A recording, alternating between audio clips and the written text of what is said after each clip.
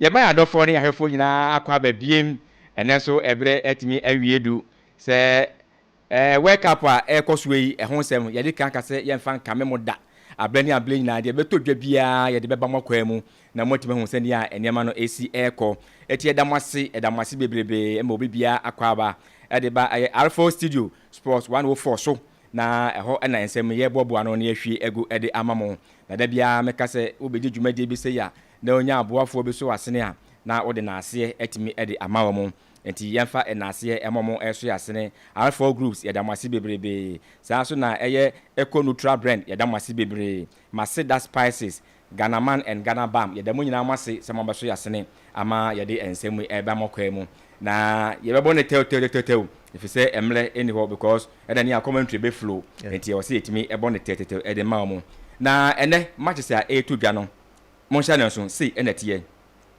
Haiti ene Scotland ene de bebo eni saa so na Australia ene Turkey ede bebo eni Germany ene Caracau ede bebo eni ana Ivory Coast eso ene Ecuador we ene matches ya to dwa ene kwasie na kwasie to dwa matches no emu be ye papa na de ye be hwe mo na ya ka ho asempa ye the Ivory Coast if you say e bibele mu de ana eye de mu say de South Africa for boy ene de omodi nkan age eye omo resource e wo Africa for nyina anum omo hunu say the Africa for eta omo chisifaye ene omo anta omo chisifaye omo hu omo resource na mum Ivory Coast de ye nhwe say omo so ebenya support e de free eye the whole for Africa abeta omo chi ana eno ene ade match a o say etimi ehwe abadwafo aye krado wa hase nmu a ye bon tetene etimi ahwe ensem no ya pen pomasibre Zak e wo fiase nmu sa eso na eye endio eso e wo ha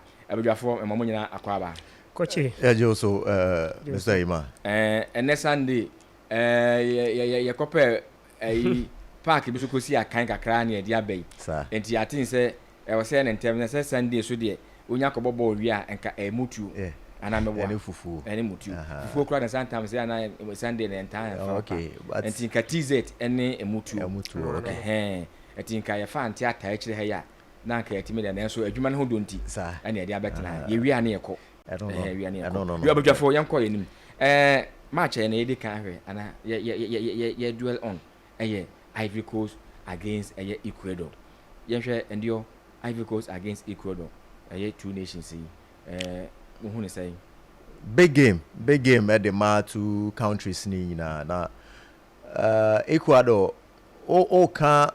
I mean the sound name, the notable names in terms of football, they are part of them, but sometimes they write them off in a sense sometimes they don't do baby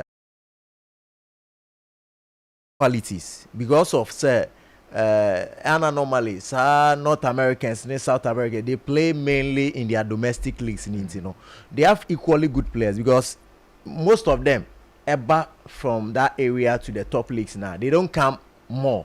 Omododo on the kitten be but searching your bodies are will fear now shine the magnitude in the work rate near the you see sir I mean this the trademark of the Ecuadorians. And see, more than mono sometimes coming to the World Cup and we don't take them serious. But I feel say they want to make a statement this time around. Say up in Yaba American and Kwande. I mean we have to also put everything into it in Yasa way, no.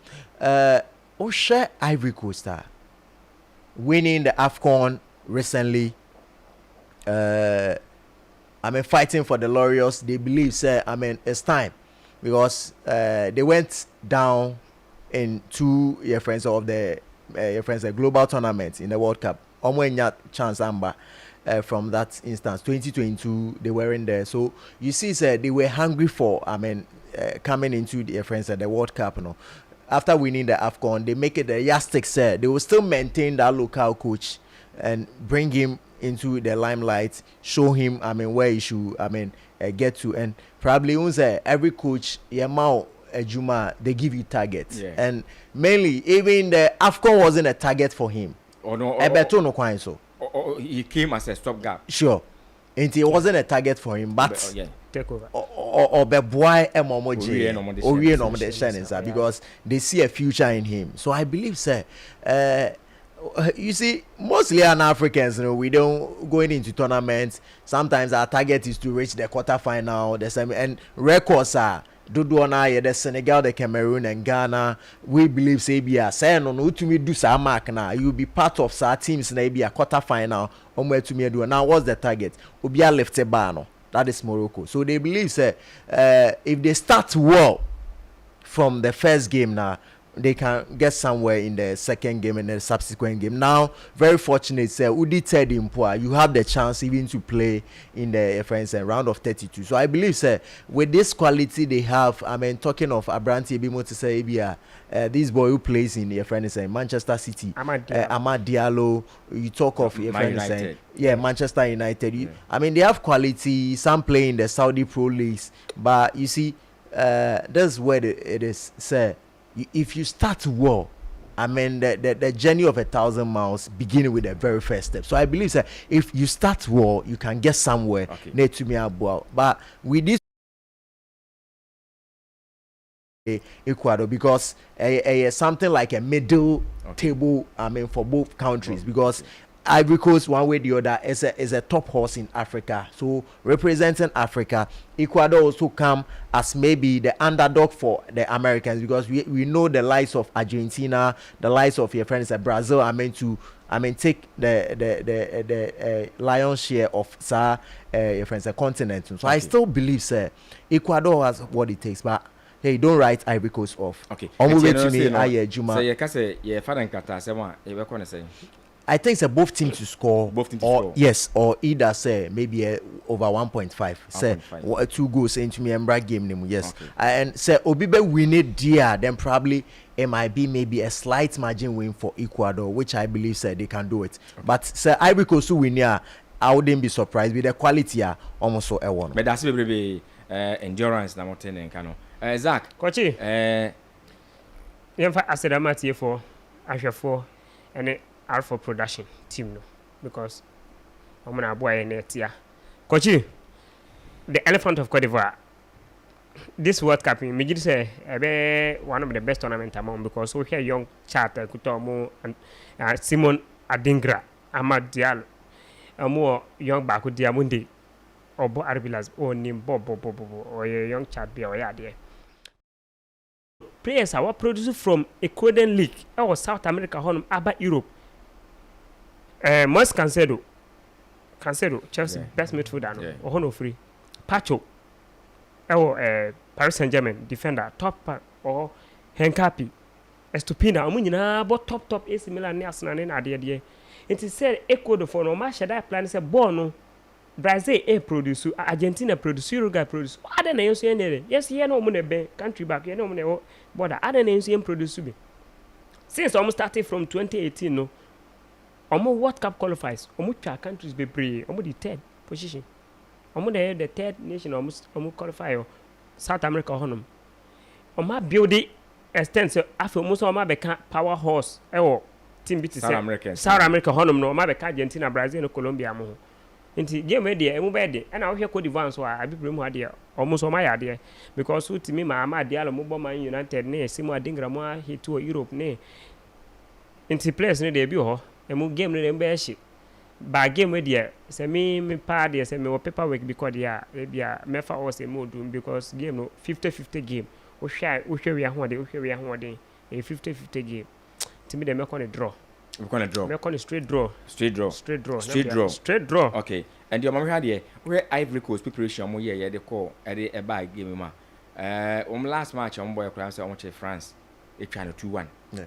Test we say omonai esi sabi obi a oni hu na dey say obato boaboa na nice be so yeah ofi say sa preparation omo ye a omo dey twa aye France 2-1 no ama ye hu so omo nice be so wake up call at the team say be sure omo no example is Ecuador, because if you play against one of the best team and being ranked the first in your friends at the whole world, despite say be Argentina kitasa your friends saying a World Cup trophy, but I still feel say the quality of France won a broad so, but for some time now they've not been able to make amends. Since 2018 or more, the last World Cup they went into the final. It tells you said they have the strength which they can match everybody. Into some match no crown. I was a bit surprised. France scored. Ivory Coast came from behind to just hit them at the back. It's a wake up call for teams on which Ivory Coast, with the quality they have. You see, their players are playing in top level leagues. And their players also have the talent.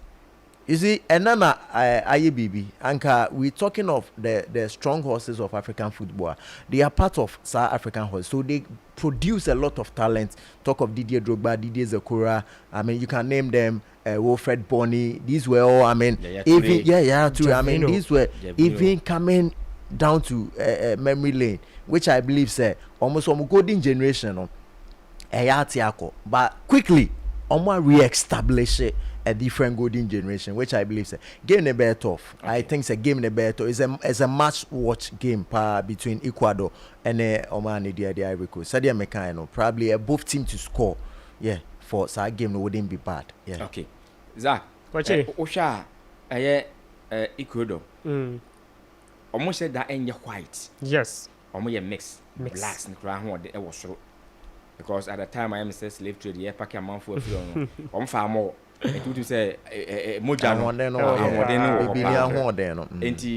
a facey the rare African blacks. So, acquire say before me, you know, Nequacusia. Though, almost South Americans, dear, but who say, placing now most at times, almost blacks. And if you say energy wise on that day, because say, energy idiot. Me sure born to be 50-50. Obia one because I'm part blacks. I feel myself because Ecuador stars plays in Casedo, ne Pacho, money Casedo black even energy. I will soon Chelsea Premiership. Born now upon what Chelsea no. Say born Casedo. Born now, but I can be a to say severe. Casedo born or Chelsea from no. A sub magnitude now no. They are carried from Brighton. And he carried it, and one on the turn. Look at the amount on the turn. They are very workaholic. Look at this ball Paris Saint-Germain.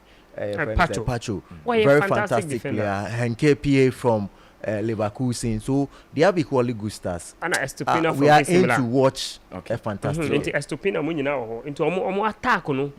And omo move to Chelsea omo attack like say no can Casedo no. Why who ball or Chelsea. So otimi nyane day Sunday game Casedo nyane day obetuma Ecuador met with the one in film because one kwa watima event here Fabian Ruiz ni Joan Neves free game one obetuma is Ecuador met Frank say will mes mu nyina free game onya yo mu film dia na Ecuador anhu sa semato otimi yi Casedo nyane day no kasa obon na so otimi yi Ecuador met because Casedo yahu Casedo Premier League Chelsea no or obobo oya there. Okay yo. One thing we should note in say now Africa in 10 teams no. Yeah. They want to fight hard. Inti Obia per se o make that marker Morocco make here no. He wants to break that record and maybe set a new one. Okay. Inti Obia and yes sir, apart from maybe South Africa and France on first game on Lusu Porto no. Okay. I think say other subsequent African teams no, will have to make statement for themselves. Said they are in to stay and 10 slots na it wasn't just a fluke, but they work for 10 slots. Okay.